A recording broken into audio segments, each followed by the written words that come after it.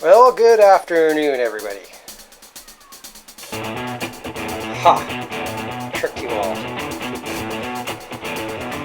Look at this. I have an experiment. Gary's doing an experiment. This is what I've rigged up. See if anybody can guess what I'm doing here.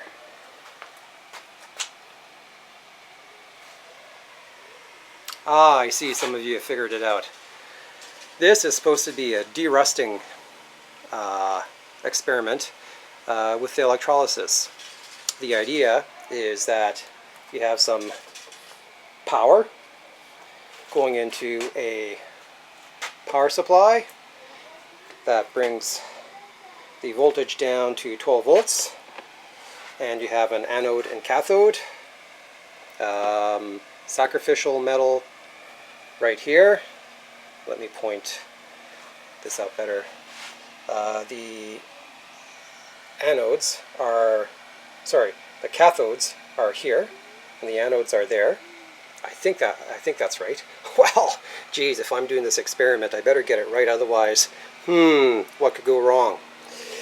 And I got a bunch of metal parts here that I'm trying to, well, I want to see if this business works at all to de-rust them. So there's some spanners. They're old British lathe tools. Another spanner there. Another one right there. Got a big chuck right there, big bison chuck. It's got some surface rust. Not so much rust on this one, except over here, and on the other side there's some rust. So I want to see how this is going to work, or if it's going to work, because I got this big bad boy, this big huge rusty old chuck that I want to throw into this experiment and see if it works. My solution right here is water and sodium carbonate. So that's already mixed up and ready to dump in there. I have not fired anything up yet. So this is going to be the first time. And yeah, you must be wondering, is this safe? Well, no. Some of you might ask, shit, where's the circuit protection, Gary? Where the fuck is the circuit protection? Well, yeah, there isn't any. It wouldn't be an experiment without taking out some of the safety precautions now, would it? So where would the fun be? Anyway, we're going to try this and see if things explode or blow up. And if they do, I got a fire extinguisher back there somewhere. I'm going to have to dive over all that shit. Let's see how things go. Alright, before I get going here, some people may be interested in how I put this thing together. So essentially what I did, I fabricated, just out of some pieces of steel that I had laying around. I didn't buy anything other than the tub, but let me see if I can pull this out. Basically just I made a couple of hangers with some sacrificial bar that came off of a clamp, woodworking clamp that I didn't need anymore. It hangs off the side. That would be the anode. The cathode side are just stainless steel rods, 1/4 inch. There's 2 of them, so that I could easily place these alligator clips that I fashioned up, like this right here. So I got these alligator clips with solid core wire. I think it's 18 gauge, it could be 16. Shit, I hope it's 16, but I have a feeling it's 18. Anyway, it's what I had laying around. I drilled and tapped for screws. Same thing with the cathode side of the 1/4 inch rods. I welded on these little plates. I don't know if you can see through the urethane, but I just basically tack welded on these little plates so that I could put a screw on there, so I can attach a terminal.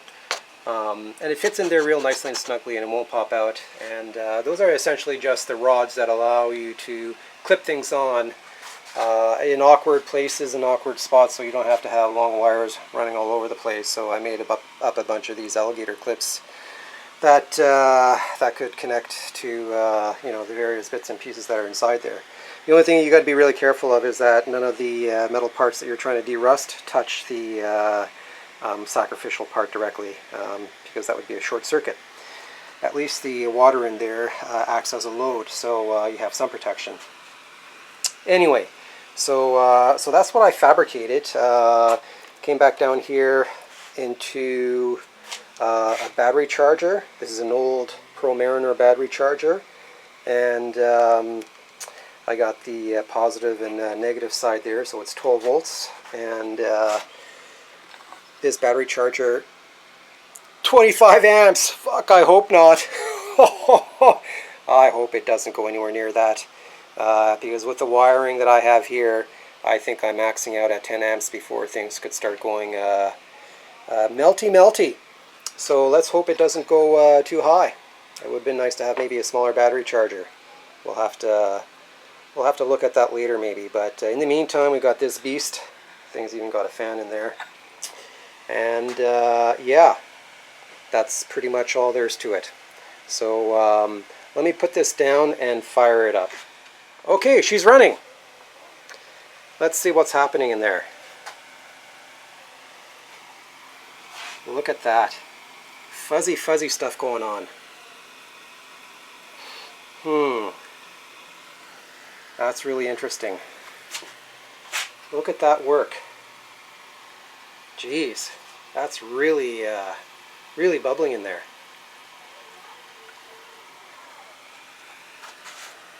Yep.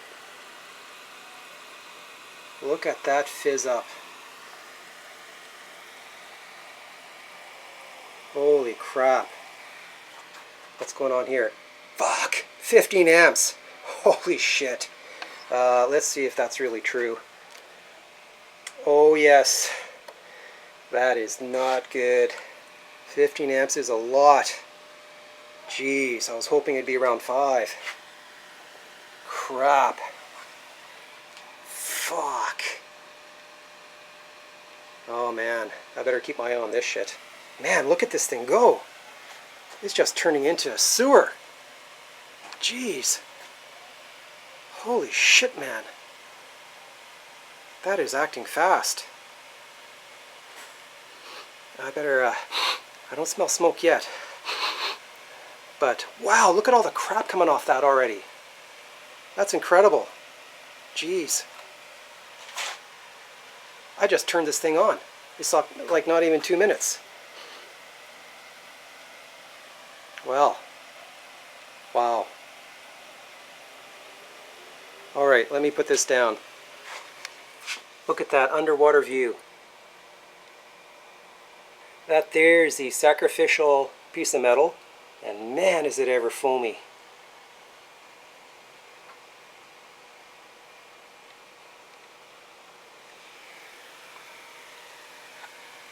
What a soup.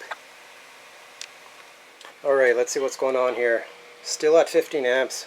Oh boy. Yep. You feel the wires. Oh yeah, they're getting a little warm there. Yoy yoy yoy. Oh yeah. Huh. I hope this thing gets done quickly.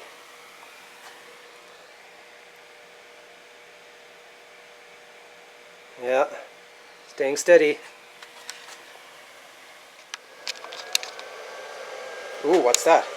It's making noise. Oh, the fan's on this baby. Holy shit.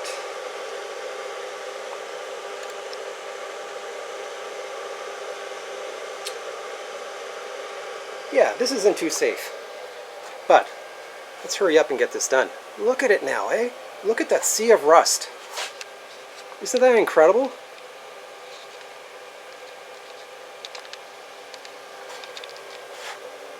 That is disgusting. We're about 15 minutes into this experiment, and just so everybody knows, I do have a fan here running just over top of this nasty mess coming off. It's well ventilated through my garage. I got good cross ventilation, and I'm also wearing gloves now because I'm about to poke my fingers in here. Jeez, what can go wrong? Electricity, water, oh boy. Now, I want to show you something really interesting here. Battery charger here shows 15 amps, and that's a lot. My wire is 18 gauge. I just double checked that. It's solid core 18 gauge. But, so that would be, I would be pushing the max if not already overloaded. However, what I have done is that I've doubled up on the wiring. So every wire here has 2 conductors in it. So that means that I'm only carrying half of the total amp output through these leads, which would be roughly 7.5 if indeed I'm running 15 amps. Now originally I was running 15 amps, but take a look at this now. My meter, which is a Fluke, of course, the only one, is showing 5.4 amps now. It's dropped after about 15 minutes to 5.4 amps on the, I'm reading the DC positive output on both leads. But the battery charger is still showing 15 amps. That is incorrect. So who knows what the hell this thing's doing. But it's interesting that the current drops over time.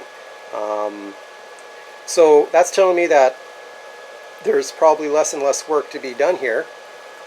So it's probably close to being done, but I won't know until I turn it off and start looking through here. So I thought I might actually do that now, but look at this mess. Isn't that incredible?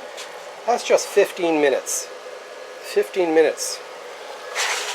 Take a look inside there. There's still a little bit of action, not quite as intense as it was before.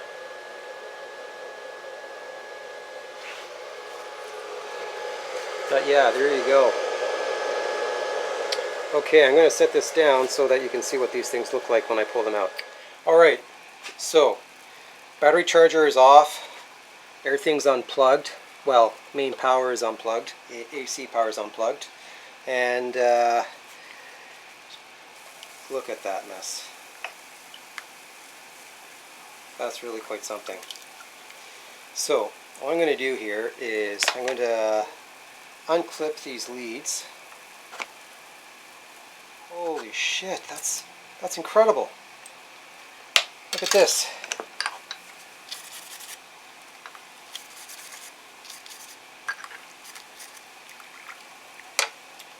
Look at that. I'm just going to turn this thing around. Look at this. This was rusty as shit before. Look at that. Friggin' incredible. Not a speck of rust anywhere. Nothing. Holy crap, that's amazing.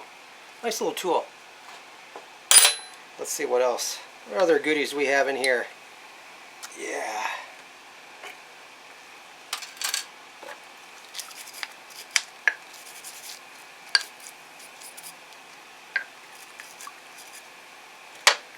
Alright, so here's another one. This here's still got a lot of, I don't know, that doesn't look like rust. I think it's just pitted in there. The other side's better. I think it's just, you know, when it gets too rusty, you get this pitting because it's just, you know, too far gone. This part right here is really nice and clean, and the inside is super clean. And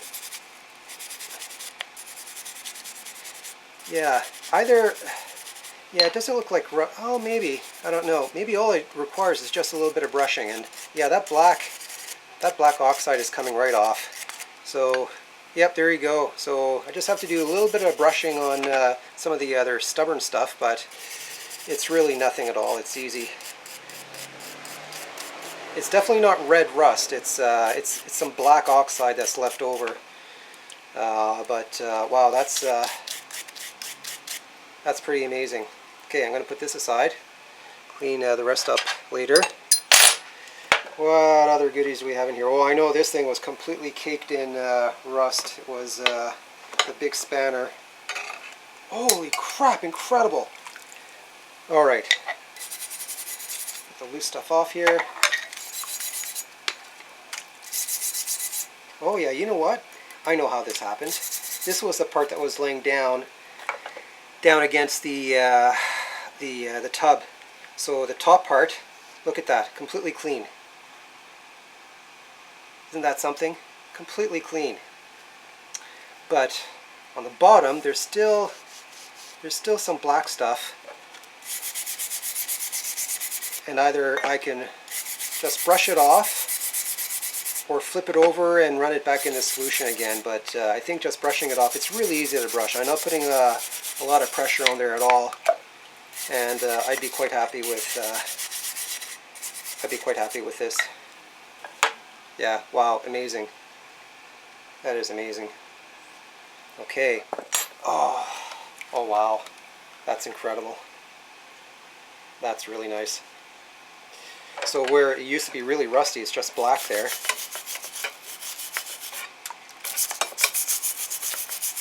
Yeah, and it's all released, and that's just cast iron now, pure cast iron. So a little bit of a brush to release the black stuff. Very nice. Clean chuck.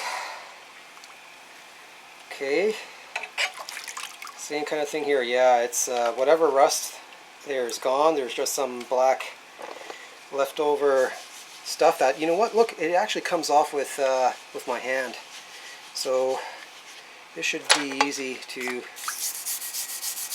just scrub off whatever can't physically release. And that's in very, very nice condition. Yeah, that's not rust there anymore. Beautiful shape.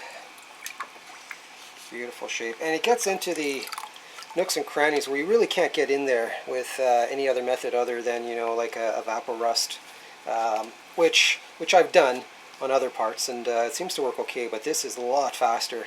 It seems to work really, really well, and this is amazing. This really is amazing. With a Vaporust, sometimes if it's heavily rusted, you have to run it for several more days, you know, but wow, this is super clean inside. Okay, well, there you guys. There you go.